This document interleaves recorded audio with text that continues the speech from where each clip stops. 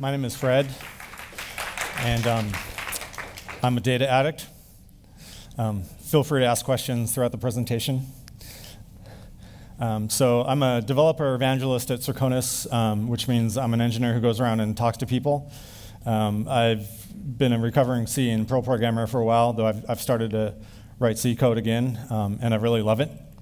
I've been using histograms for operational time series monitoring for about 7 years, but I've really been geeking out on histograms for the past couple years. So at Circonus, we do large-scale, very high-volume time series operational telemetry, and the development of our systems has been driven through pain. When Circonus started about 8 years ago, the people doing it, the founders, set out to solve problems with distributed systems, and so they used observability tools like dtrace. And what they got was just a fire hose of telemetry from that. So they tried hooking up, monitoring systems like Nagios. I'm not sure if Zabbix was around that time to it, and basically those systems just fell over. And a lot of those systems also were using averages as metrics, and as they found that that gives you one data point, but for doing statistical analysis and advanced computations, it's really kind of useless. So they set out to start to use histograms to solve this problem. So who here is familiar with histograms? Raise your hand if you've used one. Wow, that's pretty good, about 75%. So I'll just go through some of the basics. This is a histogram. It's a skewed histogram because the mode is on the far left. You can see, the median is around the middle. It's to the left of the mean because the histogram values are skewed to the left. The 90th percentile, also known as the 0.9 quantile, is off there to the right. 90% of the values are below that. And the maximum value in quantile notation is Q1 at the far right. The Q notation for quantile notation is just a fancy way of representing percentiles. So this is a heat map, and this is basically a series of histograms over time. Each vertical slice is one histogram of data. This altogether is about, I think, about 6 million data points. And the red portion of the heat map represents a large sample density. So this is actually load balancer request latency. And as you can see, you've got grouping there in the middle where it's red, the scale's at the bottom. And so you can see a lot of the requests kind of group around the 500 nanosecond threshold. And originally when I saw this, I was like, wow, this looks like the display from Knight Rider in that TV series movies with David Hasselhoff. But no, this actually contains a wealth of useful information. So I'm going to go over a few histogram types. There's fixed bucket, approximate histograms, linear, log linear, cumulative, and then we've got a bonus one too. So fixed bucket histograms are histograms where you specify the bin boundaries manually.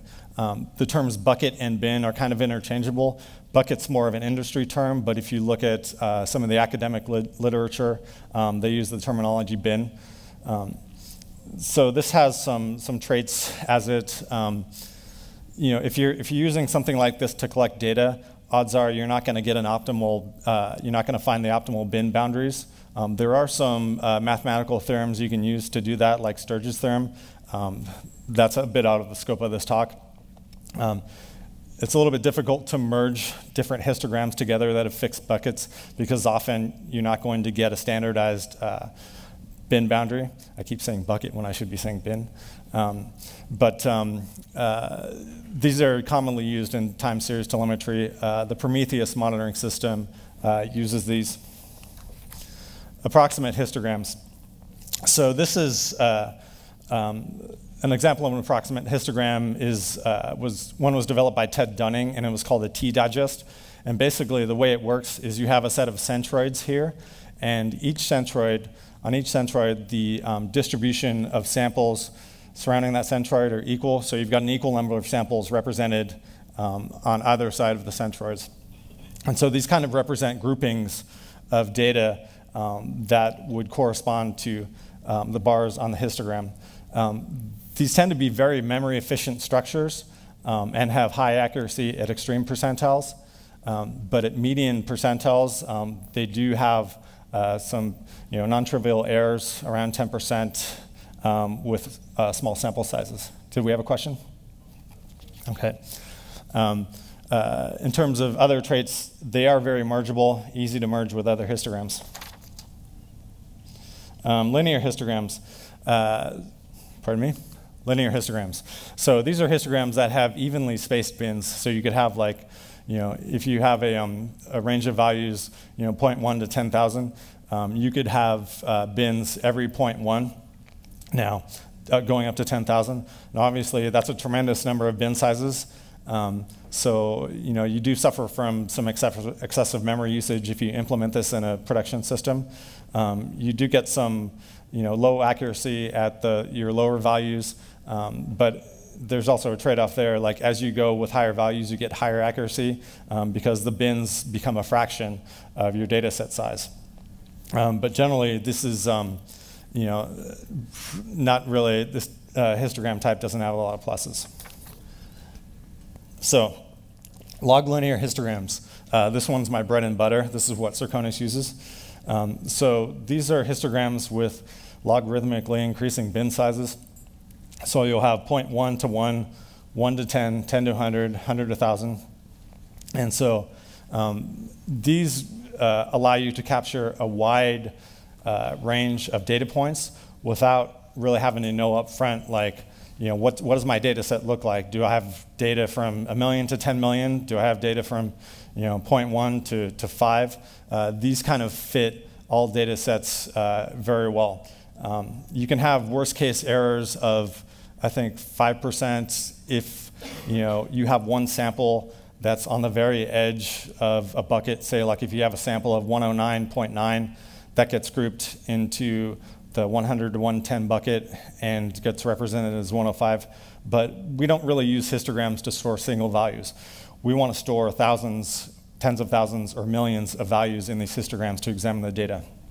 HDR histograms, high dynamic range histograms, are another type of log linear histogram that you'll see in industry. And we're going to dive into this in depth in a little bit. Cumulative histograms. These ones are pretty interesting.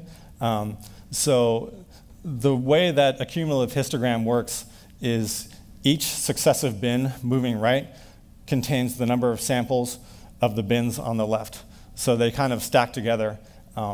And the bin on the far right is going to contain the total sample count of all the samples in the histogram. You may have seen this if you've ever looked at photography color gradients. You'll see kind of like a black and white threshold curve. That's a cumulative histogram. It's sometimes known as a cumulative distribution function. This does have some significant advantages in that it's very easy, or it's easier to calculate quantiles. If I want my Q1, my 100% maximum, that's just the count on the end. If I've got an even number of buckets and I want to know my median value, I just go to the middle bucket and look at the count there. So this has some advantages in telemetry monitoring systems. Google uses this type of histogram for their Monarch monitoring system. So they're using it at a fairly decent scale. And when I was putting this presentation together, when I was researching histograms, I made a mistake. And I thought, oh, well, a cumulative histogram, I read the description wrong. I'm like, well, that just adds up values over time. And I was totally wrong. But what I realized was, you can take the traits of any of these histograms and put them together to create a custom histogram if you've got a well-known data set or if you just want to try something new. So say let me go back to the cumulative histogram. If this indeed does represent increasing values over time, so I could have a very flat histogram at time equals 0, and I could have something like this at time equals 100. Well, then I could, if I wanted to calculate my 99th percentile for that whole time range, I've got essentially an O1 operation constant space and time operation to do that calculation, because I don't have to go through T1, T2, all the way to T99 and subtract each of these histograms. So you can kind of, if you find you've got a unique data set and something that you might be able, that some of these other histograms don't fit well, you can go ahead and roll your own. It's not that difficult. So I'm going to start diving into the open source histogram implementation that we've done, the log linear implementation. If you guys have your laptops out, I'm sure folks do, you can follow along. These are, we have a C library and we have a Golang library. So if you want to pull these up, you can take a look through the code and search for, I think it's approx quantile function, because I'm going to be going through how do we take a log linear histogram implementation and compute quantiles, and later on compute inverse quantiles and do really fun things with them. And we'll be addressing why does this histogram style scale and why is it fast? So this is a visual representation of one of our log linear histograms. If you look at, it's about 100,000 through a million in terms of sample values. You'll see the buckets are very finely divided, and then at 1 million, the bucket size increases. This next slide shows it a bit better. So we subdivide each power of 10 bin size into 90 bins. And originally, when I started looking at this in depth, I was like, well, why isn't it 100? I'm like, oh, well, it's 10 minus 1 is 9. And so if you divide that evenly, you've got 90. So that was a little misleading to me at first. But at each logarithmic exponential change, we increase the bin size by 10x. And so this, this gives us a lot of accuracy while still giving us a very high dynamic range, depending on our sample set. This is a different representation, just a different visualization of the same log linear histogram. The bucket transition is a little bit clearer here. It occurs, looks like around 1,000, or increase the bucket size. So how do you put something like this into code? The way that we do it is this is our bin data structure in both the C and Go code. It's got 3 components.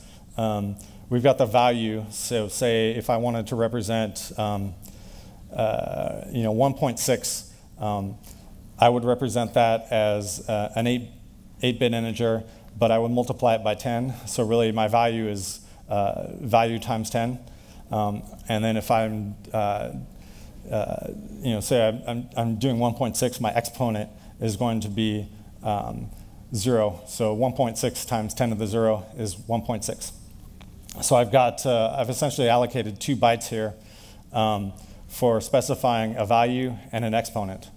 The exponent does have a range of negative 128 to 127.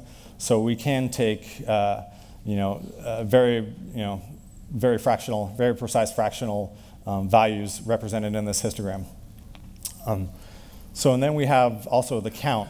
The count's represented as an unsigned 64-bit integer.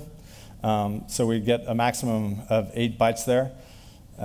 So as you know, we can store essentially an unlimited count in there for all intents and purposes.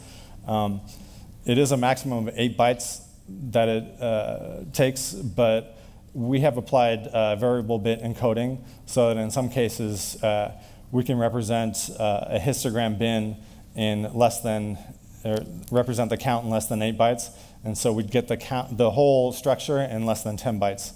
So that's fairly memory efficient. It's not 100% optimized, but it was good enough that we could really scale our system pretty far. So if you were to just have a similar data structure, like an 8-byte or 64-bit integer to record average values, you can do the same thing. That's pretty efficient, but obviously you're only getting one value if you're just using 8 bits to store, or 8 bits to store 8 bytes to store an integer.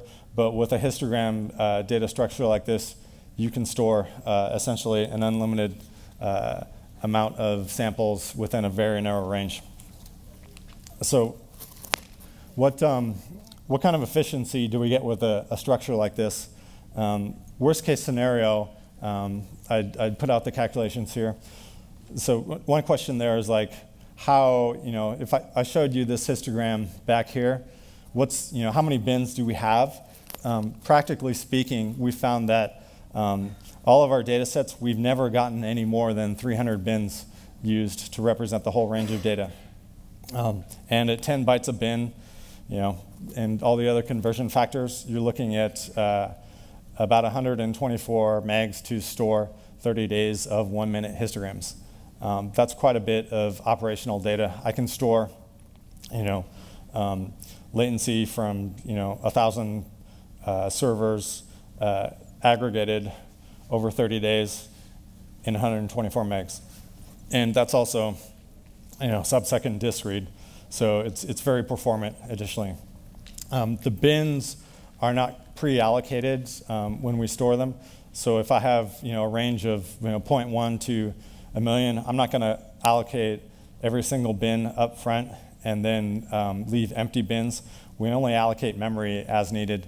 So that allows us to really get an efficient footprint here. Now, if I were to compare this to, say, 30 days of 1 minute average data, that takes about a third of a megabyte. But once again, that's you've got 30 days of average data points. That's not very useful. You can't do much with that. Similarly, for a year, the footprint is not that big. We can merge histograms together. I mentioned before, like if you lined up the bin boundaries, you can easily merge histograms together programmatically. So we can take that 1 minute data we had in the previous slide here. We can merge it into 5 minute histograms, and we can get 5 minute data distribution resolution for a year, and that takes up about 300 megs. So again, on most modern systems, that's sub-second read. And if you'll notice, the total number of samples is somewhat invariant to the total data set size. The biggest factors are in how much data is stored are the span of bins that you're covering. Once again, we found 300 to be about the maximum, and also the compression factor for bin. We're using variable bit encoding, so that can change. So I showed before, we can have 90th percentiles, we can have medians, we can have 99th percentiles. How do we calculate those from the histogram data structures that we've shown? So if we use the Quantile notation Q of x, where x ranges from 0 to 1, 1 being the maximum, the calculations are actually not that difficult. What you want to do is essentially sum up a count of every single bin. And if you recall the cumulative histogram, the far right bin holds the maximum value. You've got an O1 operation there now instead of an ON operation for most of the other histograms. So you can get, I think that may be why Google's using it with Monarch. You can get a little bit of optimization there. And then once you have that count, if I want the median, the 50th percentile, I would multiply 0.5 times that count to get what I'm calling Q. Q is basically that count in the histogram where I want to find the corresponding value. So once I've got that, say we have Q or X is 0.5, C is 1,000. We're going to get Q equals 500. We want to walk the bins, sum the boundary counts of each bin until we hit the bin where 500 is in the middle of the right boundary count and the left boundary count. And from there, we can use linear interpolation to calculate what my value is for that quantile. Now this might be a bit heavy without writing this down, but I'll be happy to go into this in depth at office hours. But linear interpolation, say we're looking for Q I'm sorry, we're taking the 50th percentile, and Q turns out to be 700. We can use this formula here. I don't know how many folks remember, well, it was middle school when I took it, algebra. I dove into this, and this is directly from the code if you guys are following along in the code. We basically take the left value of the bin, which is 1.0, add that to 700 minus the count of samples at the left bin boundary, and we divide that by the right bin boundary count minus the left bin boundary count times the bin width, which is 0.1, and that gives us our answer of 1.05. So quantile calculations here are not mysterious. They're not as difficult as they may seem, and it's pretty straightforward to implement. And I want to emphasize once again, cumulative histogram really does have an advantage over here because you don't have to do that initial operation of walking each bin and getting a sum of the count. So I'm going to do a quick recap here. We looked at several different types of histograms and how you can do your own. Showed the data structure and how it's space efficient.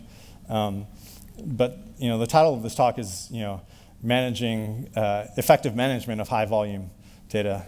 So you can kind of see that we have a space efficient structure, and that gives us some scalability. But how do we make it fast? In terms of programmatic approaches, there are certain things that you should do and that we do. You want to avoid allocating memory unless necessary.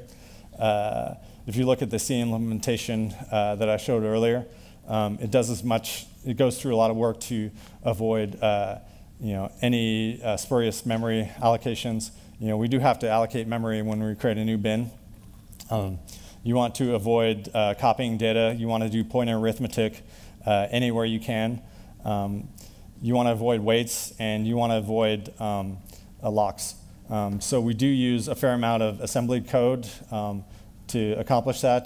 Concurrency kit is a library that we've used to implement our histogram libraries to make them fast.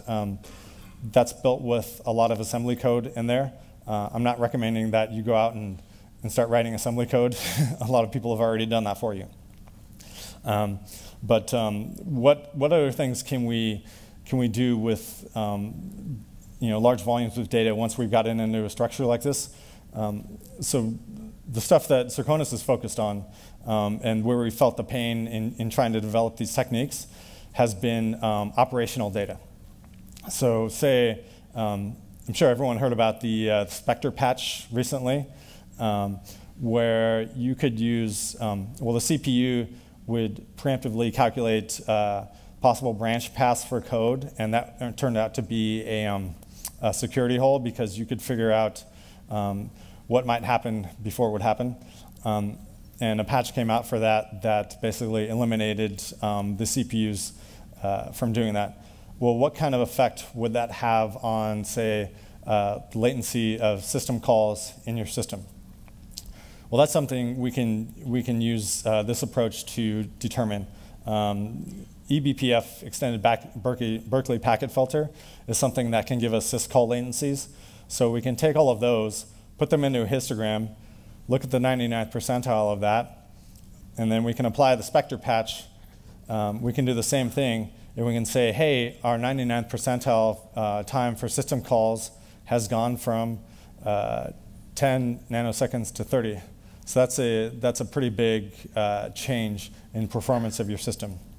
And while that's a good initial approach for establishing like a service level objective, like what can I expect my service to return most requests in? What if we could flip that around and say like, hey, I know that 3 seconds is too long for someone to wait for my service, and I want to know like what percentage of my requests are violating that 3-second service level objective. Well, we can use inverse quantiles to do that. And so an inverse quantile is essentially looking at establishing a value that we want our service to perform at, and then deriving a percentage of requests that have met that criteria. And this is, like I mentioned, this is something that humans are much better at reasoning about. Say if I have a service that, I've got a 10 millisecond service level objective, what percent of my requests are exceeding that? Well, for this data set, 5%. And I can calculate that for one histogram. But like I showed in the heat map previously, what if I want to do that for a month? What if I want to look at how my system changed dynamically? So kind of the reverse of how we calculated quantiles, we can flip that around, reverse the calculations, and get the inverse quantile. So instead of starting with Q, instead we'll start with our sample value X. Say we'll call X 500 milliseconds. We'll walk the histogram until we find that bin, and then we'll use linear interpolation, but we'll reverse it from our previous approach, and we'll solve for our count instead of solving for our value. And I hope you guys like algebra. This may look a little bit daunting, but it's pretty simple. I'll walk through it quickly. My sample value is X on the left-hand side, and I've got my calculation on the right-hand side. This is the same equation I used to calculate the percentile value. So I subtract the left value from X, then I divide by the bin width, then I multiply that times the right count minus the left count, and I add the left count to the other side, and I'm able to isolate Q. I know this might be a little heavy for a slide, but it just shows you, algebra is a good thing to know. So here I've got basically another example of linear interpolation, but instead of having an equation where I try to solve for X, I try to solve for Q, which is the count here. And plugging in the same values from before, I was able to say, okay, if my service level objective is 1.05 seconds, then my value of Q is 700. So, and if I have a total count here of 1,000 samples, I know that I've exceeded my service level objective by 30%. So this kind of flips around the quantile calculations and does the inverse. And I just I added this notation. There's not a lot of official notation out there in literature that I could find, but this essentially gives you the means of calculating how many samples exceeded my service level objective. There's a lot of numbers there and a lot of math, but let's take a look at what does this look like in practice? What kind of visualizations does it give you? So this is a heat map, as I showed previously. It's not resolving too well, but if you look at the vertical line, that's basically representing the histogram overlay at the upper right. So it's a set of histograms over time. Now I can add a set of 99th percentile quantiles. I'm going to turn that up a little bit. But basically, if you see these green lines that fluctuate up and down, you can see that your 99th percentile is varying pretty wildly over this. And this is a year's worth of data. It's about 600 million samples. But as you can see, you've kind of got, I think he might be cutting the lights down a little bit. Okay, give him 1 second.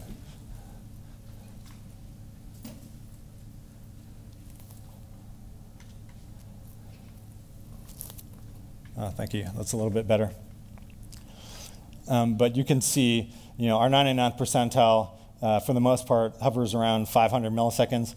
But you see these big spikes here every month, and it tops out around 10 seconds, 10,000 milliseconds. And I thought, well, why is that happening? I'm like, well, what happens in network systems around 10 seconds? And I thought, well, there's probably a client timeout going, happening in there somewhere. And this was good, but I said to myself, okay, so I know my 99th percentile is changing, but what if I said, like, I want to know, what percentage of my samples are exceeding, say, 500 milliseconds, because that's when users start to get angry. So I applied an inverse quantile to this, and now we've got a yellow line at the top. On the right side, right y-axis, we have a scale from 0 to 100. So the yellow line basically follows the percent of requests that are meeting our service level objective. So we can see, before I saw like, hey, my 99th percentile went above 10 seconds. Well, how many, what percentage of requests actually violated that? Well, here I can see that when that happens, I've got about 25% of my requests that are exceeding my service level objective. So I thought, well, that's pretty useful. I know the damage is, it's giving me about 25% of damage in terms of SLO, but like what's the absolute damage? Because this might be, in terms of the total number of requests, a percentage is invariant. I might have one request that's not meeting my service level objective, or I might have 1,000. So I went one step further, and I inverted this, and I took that percentage of requests that weren't meeting the service level objective, and I multiplied that times the total number of requests. So now these green spikes here show the total number of requests that are making users angry. And this is an important business metric, because if this is a shopping cart service request during a checkout process, I'm losing a lot of money every time this green line goes up. And I was able to do all that pretty easily just from, there's about, this is about a week, so about 1 million, this is about 6 million data points. So I'm able to figure out exactly how many users I'm making angry, and if I can put a dollar value on that, I can figure out how much money I'm losing. So I can go to the ops guy and say like, hey, when I told you we need all these servers, this is how much money we're losing, so let's go ahead and put a portion of that money to this. But this is still this is just forensic evidence. This doesn't help me when stuff is on fire. So what I can do also is I can calculate, well, give me a graph of the cumulative number of times that I violated my SLO. And we can see that each time the slope of the graph increases, we've got another spike. So that's when stuff is essentially on fire and I'm losing money. And I thought, well, this is good too, but I want to be able to take action on that. And so I took that count of requests that was exceeding the SLO, and I applied an anomaly detection algorithm to it. So this gives me kind of an anomaly score from 0 to 100. It's not machine learning. It's simple statistics space. There's several of them out there in the public domain. So what I can do here is create a threshold alert. Anytime I see an anomaly score of over 60, and page my ops team. So this kind of, this takes, I was able to take kind of the whole circle of, I've got a whole bunch of data, and I can calculate some meaningful statistics from it. But if I, keep pushing that, I can take this all the way to, making these actionable. Because if you look at most telemetry systems that are operating on extremely high volumes of data, they'll say like, hey, our average was, average response time was 5 seconds. But what they don't see is that, that looks fine, but really they're losing these important chunks of data that average is not giving you. This tells you when your system's on fire, tells you when you're losing money. So I was able to, kind of take the whole journey through, hey, what's a histogram? How do we store it? How do we make it fast? How do we store a ton of them? And how can we improve our business with this?